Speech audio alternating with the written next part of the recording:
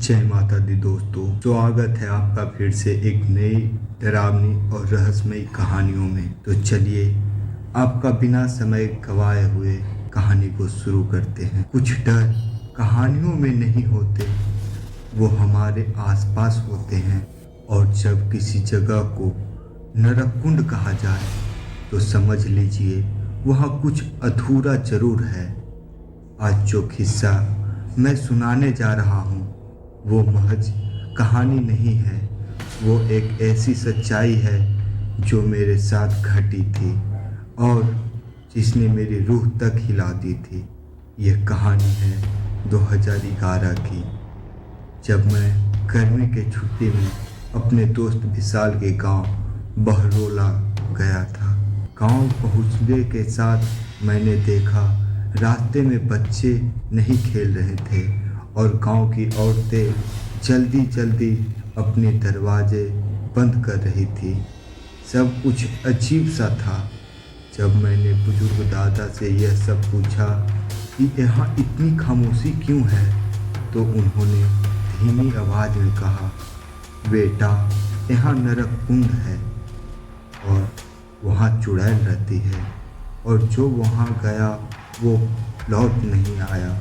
मैं हंस पड़ा, लेकिन उनकी आंखों में जो डर था उसने मेरी हंसी रोक दी। और मुझे भी जानना था वह कुएं के बारे में। इसके बारे में मैं जानने के लिए विशाल से पूछा कि बताओ मुझे उस कुएं के बारे में। वह दादा इस कुएं के बारे में ऐसा क्यों बोले। तो विशाल हमें लेकर गया 1978 में। 1978 की वो रात जब रूपा कुएं में गिरी। किसी ने नहीं देखा कि वह कैसे गिरी, पर उसकी चीखें पूरी रात गांव में गूंजती रही। सुबह बस उसकी लाल दुपट्टा मिला, खून से सना हुआ।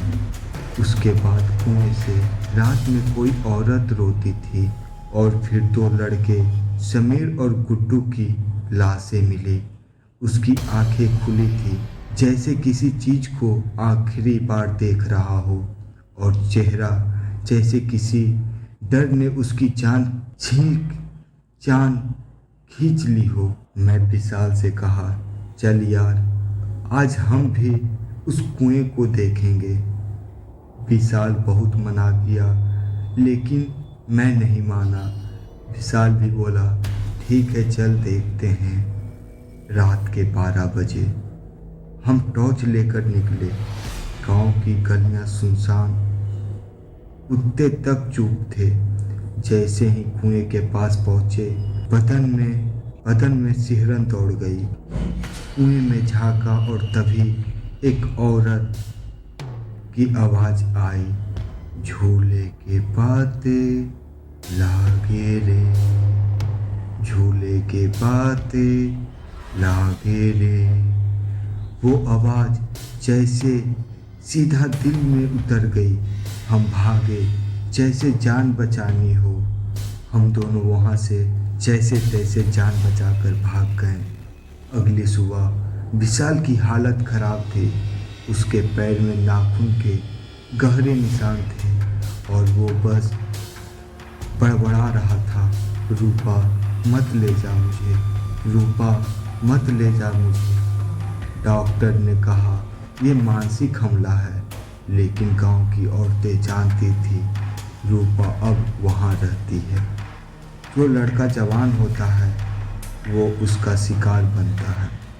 गांव वाले कुएं पर लोहे की जंजीरें डाल दी और रात को वो गाना आज भी आता है, झूले के पाते लागे रे, झूले के पाते लागे रे।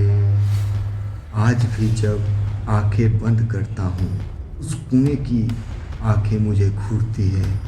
हाँ आंखें, मुझे यकीन है वो कुआं जिंदा है। उसमें कोई ताकत है जो हमारे मन में उतर जाती है।